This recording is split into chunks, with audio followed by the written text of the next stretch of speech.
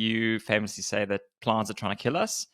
Yeah, why is that? It's being slightly facetious. I mean, it's really a quote that I took from my own professor of cancer biology when I was doing my undergraduate degree, and he was trying to relay upon us that plants are living organisms, and they like to stay living organisms, and so they have a series of defenses that are chemical in nature. So all living things have a defense, otherwise they would have gone extinct by now. And if there weren't as robust a defense as they needed. So while animals can run away and fight back, plants can't. And so they have chemical deterrence as their main weapon. So we have cataloged, counted, and named nearly 1 million defense chemicals that plants make. They can be directly toxic. They can be disruptive to our physiology. They can disrupt our hormones. They can cause other sorts of impairments. They can disrupt the digestion and absorption of other nutrients, and so on and so on and so on. So there are quite a lot of robust defenses that plants have. Now, a plant is trying to kill you in the same regard as a moose or a bison is trying to kill you. It's not that it's hunting you and it wants you dead. It's just that you get too close to a bison or a moose and it feels threatened.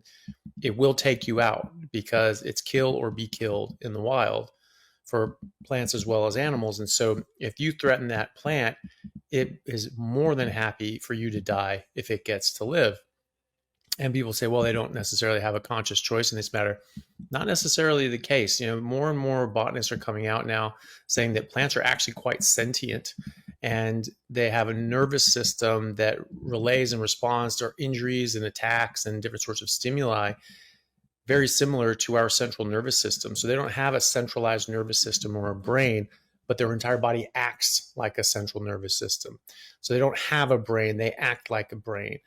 They have receptors on the surface of their bodies that are the same protein photoreceptors that we have in the back of our retina that recognize different frequencies of light. So that while they don't have eyes, they are eyes and they can actually see around them. They speak to each other. They communicate through their roots, through vibrations, through chemical signals sent through the air. And they're actually quite sophisticated in a lot of ways. In fact, some botanists are saying that they display features that denote personhood and individuality, which is pretty remarkable. So these plants are like every other living thing, and they have to defend themselves, and they have to defend themselves in robust nature. You know, think about it this way. Latex, we use latex gloves in medicine all the time. Latex is, and a lot of things we use in medicine are from plants. A lot of them are toxins that we find, you know, is helpful in certain cases. You know, penicillin, that's a toxin that's made from mold that kills bacteria, right? So there's this constant war in nature, and we use that to our advantage in certain circumstances. So latex is actually a sap that's secreted from certain plants, and it's when they're sort of crushed and chewed that they start releasing this really thick, sticky sap with latex in it. And what happens is when the animal is eating that plant and it releases all this latex, it actually glues their mouth shut. And so, you know, it's a pretty elegant way to stop something from eating you is gluing its mouth shut. But the reality is that that animal typically can't get its mouth unglued. And so they die and they starve slowly to death over the course of the next couple of weeks, or they get taken out by something else. So the plant really has no problem with you dying if it gets to live. And there are, in fact, the majority of plants on Earth will kill you if you eat them, even in small quantities. And there are some plants that if you just get too close to them and breathe in the chemicals that they're exuding in a defensive nature around them, you can die just from inhaling the chemicals that they exude. There's a garden in England, and you know, on the gates it says, you know, beware, you know, these plants can kill. And there are plants, you know, of that nature that you get too close to them and disturb them, and they can actually kill you. And in fact, I think one of their head groundskeepers actually did die. Maybe a couple other people who work there have died as well by getting too close to these plants and breathing in their fumes. So, it's not that they're actively hunting us and trying to kill us, but they're trying to defend themselves just like everything else. And if that means that you have to die so they get to live, so be it. They're more than happy to do it. Just like if you get too close to a moose, it will stomp you out because it's not trying to eat you, but it's trying to make sure that you don't eat it. It's quite incredible, actually, because I think that's not what the majority of people think when they think of plants as I mean, it is living, but they don't really think of it the same way they would think of an animal, Hey guys, just want to take a second to thank our sponsor, Carnivore Bar. I don't promote many products because honestly, all you need to be healthy is to just eat meat. For those times that you're out hiking, road tripping, or stuck at work and you want a nutritious snack that is just meat, fat, and salt if you want it, the Carnivore Bar is a great option. So I like this product not because it's just pure meat, but also because I want the carnivore market to thrive as well. And the more we support meat-only products, the more meat-only products there will be available in the mainstream. So if this sounds like something you'd like to get behind, check it out using my discount code Anthony to get 10% off, which also applies to subscriptions, giving you 25% off total. All right, thanks guys. Yeah, no, they don't. But we for a long time didn't think that animals felt pain and that we could abuse them and do anything we wanted to them because they didn't feel pain like we did, so it didn't count. You could be nasty and horrible to them. Obviously, that's not the case. They just because they can't scream out in English, "Hey, that hurts," you can still see them yelling and screaming. So plants yell and scream in a different way, but they do yell. And in fact, there are papers that have been published that are just called, plants scream, and they can scream out chemical signals, screaming to other plants that they're being attacked, that they're being killed, and to defend themselves, like, hey, we're being attacked, defend yourselves. They send signals through their roots to other plants. They send vibrational signals to other plants, and those other plants around them start responding and start upregulating more and more toxins. So this is a good reason why people will tend to, well, it's the folk wisdom you may have been taught by your mother or parent or something like that, that when you're looking for produce, if it has like signs of like an insect biting it or burrowing in, even if that insect is gone, I mean, you don't eat that one, that one's bad. Well, why is it bad? Is there bacteria on it? Is it infected? No, what it is that insect started eating that, and the plant started defending itself, started making more and more toxins to drive that away. And that's why it didn't get completely eaten. It just had a chunk of it bitten out, and then it got too toxic and it started tasting horrible. And so the bug took off and went somewhere else. But that means that that's upregulated a lot of those toxins. And so that can be more harmful if you eat something that has a blemish or has, like fungus started attacking it or something like that as well. So it's not, the information is out there. It's just, how we're gathering this information is generally through hearsay and propaganda. It's plants are great for you, meat's going to kill you, saturated fat's going to give you a heart attack, and so you have to eat anything else by definition is therefore good for you as long as it doesn't have saturated fat and it's not from an animal.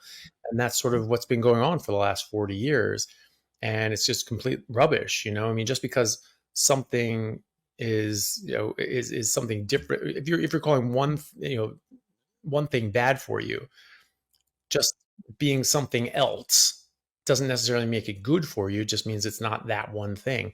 So even if something didn't contain saturated fat, if saturated fat were bad for you, which it is not, just because something didn't have saturated fat doesn't mean it's de facto good for you. But that is exactly the argument that was made. And so these fruits and vegetables didn't have saturated fat. And so then they said, okay, yeah, they're all good for you. The only thing people started avoiding was saturated fat. So, it's not an education. Like, that's not what botany teaches us. That's not what biology teaches us. That's not what the hard sciences show. The hard sciences show that plants and animals are in an evolutionary arms race. Plants becoming more and more toxic, so less and less animals can eat them so they can survive and thrive. And animals becoming more and more adapted to specific toxins in specific plants so they can eat that plant and survive and thrive. And this is why out of the 400,000 plants in the world, most of them will kill you. And in fact, most plants will kill most animals, even herbivores, because herbivores have to be specially adapted to the plants that they eat as well. And so while a koala eats eucalyptus and almost nothing else eats eucalyptus because they're so toxic, koalas don't eat anything else because those other things would be toxic to a koala. And so we eat avocados and grapes, but avocados and grapes will kill cats and dogs because they have less defenses towards the toxins in grapes and avocados. And obviously, grapes and avocados do have toxins, or else they wouldn't kill dogs and cats.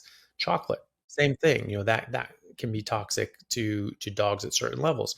And there's reasons for that. It disrupts their physiology in certain ways that will result in death.